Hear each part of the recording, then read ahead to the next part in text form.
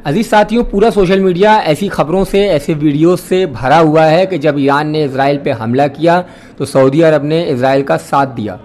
पूरे social media में ऐसी जानकारियां फैलाई जा रही हैं कि जब ईरान ने इजराइल पे मिसाइल दागे तो उन मिसाइलों को नाकाम करने में, उन मिसाइलों को इंटरसेप्ट करने में सऊदी सरकार ने इजराइल की मदद की।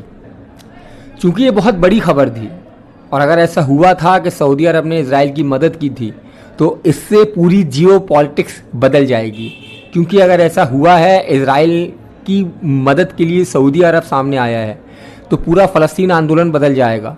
इसलिए मैंने इस खबर को खंगालने की कोशिश की, इस खबर को रिसर्च करने की कोशिश की और ये जानने की कोशिश की कि ऐसा हुआ है या नहीं हुआ है। आपसे गुजारिश है कि इस वीडियो के बारे में कोई राय बनाने के पहले वीडियो पूरा देखें, वरना आप यहीं छोड़ दें। सबसे मुस्तनद या सबसे विश्वसनीय सोर्स जो आज है मुस्लिम दुनिया की खबरों के लिए, वो अल जज़ीरा है। मैंने अल जज़ीरा को पूरा खंगाला। अल जज़ीरा में कहीं भी नहीं था कि सऊदी अरब ने किसी भी तरीके की इजराइल की मदद की।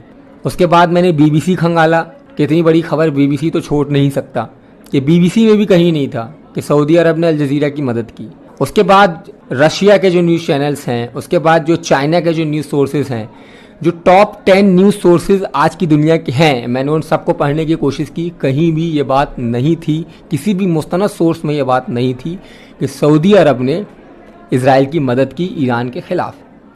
जॉर्डन ने मदद की, ये बात सब जगह थी, लेकिन सऊदी अरब की मदद का कहीं कोई जिक्र नहीं था। तो फिर सवाल ये उठता था कि ये खबर शुरू कहाँ से हुई। तो पता चला कि ये खबर जेरूसलम पोस्ट और टाइम्स ऑफ इजराइल ने छापी है, और ये दोनों इजराइल के अखबार हैं।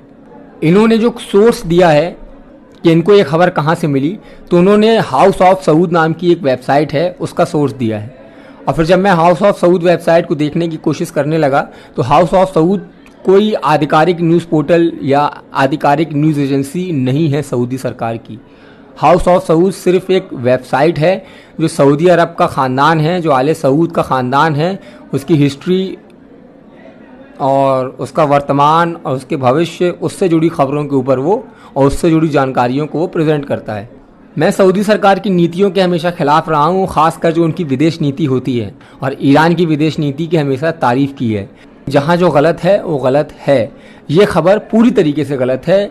सऊदी अरब ने किसी भी तरीके की कोई भी मदद इजराइल को ईरान के खिलाफ नहीं की है। इस खबर को सिर्फ इसलिए प्लांट किया गया है कि दुनिया को ये बताया जा सके कि ईरान अलग थलग पड़ गया है। मुस्लिम दुनिया के देश भी ईरान का सपोर्ट नहीं कर रहे, मुस्लिम दुनिया भी इजराइल के साथ खड़ी है। ये नैरेटिव सेट करने के लिए इजराइल ने इस खबर को प्लांट किया और प्रमोट किया। संयुक्त राष्ट्र को ये बताने के लिए कि इजराइल के समर्थन में सऊदी अरब भी है, UAE भी है, कुवैत भी है और ईरान अकेले हैं, उसके लिए इस तरीके की खबरों को प्लांट किया जाता है। और अगर हम इस किस्म की खबरों को प्रमोट कर रहे हैं तो हम इजराइल का ही समर्थन कर रहे हैं। ये बात सच है कि ईरान ने जो किया वो एक बहुत हिम्मत वाला कदम था, लेकिन ये भी बात सच है कि फ़लस्तीन की आज़ादी और इजराइल समस्या का मुकम्मल समाधान तब तक मुमकिन नहीं होगा जब तक सऊदी, ईरान, इजिप्ट एक साथ बैठकर बात नहीं करेंगे।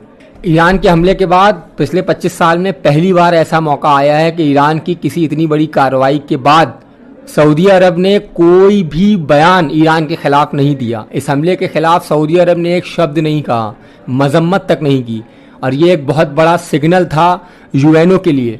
इतनी बड़ी कार्रवाई के बाद सऊदी अरब गवर्नमेंट का कोई बयान ना आना, इस हमले की मजम्मत ना करना, अपने आप में एक बहुत बड़ा सिग्नल है पूरी दुनिया के लिए, नेटो के लिए, अमेरिका के लिए, UN के लिए, कि इजराइल की गुंडागर्दी पे लगाम लगाओ, हम सब उससे त्रस्त हैं। सऊदी अरब का, कुवैत का, UAE का, बहरीन का ईरान की मजम्मत ना करना और इस हमले की किसी भी शब्द में मुखालफत ना करना नेटो के लिए, अमेरिका के लिए और यूरोपियन यूनियन के लिए एक संदेश था कि अगर तुमने अंधा इजराइल का समर्थन करना नहीं छोड़ा तो कहीं ऐसा ना हो कि कल मिडिल ईस्ट में एक नया गठजोड़ बन जाए।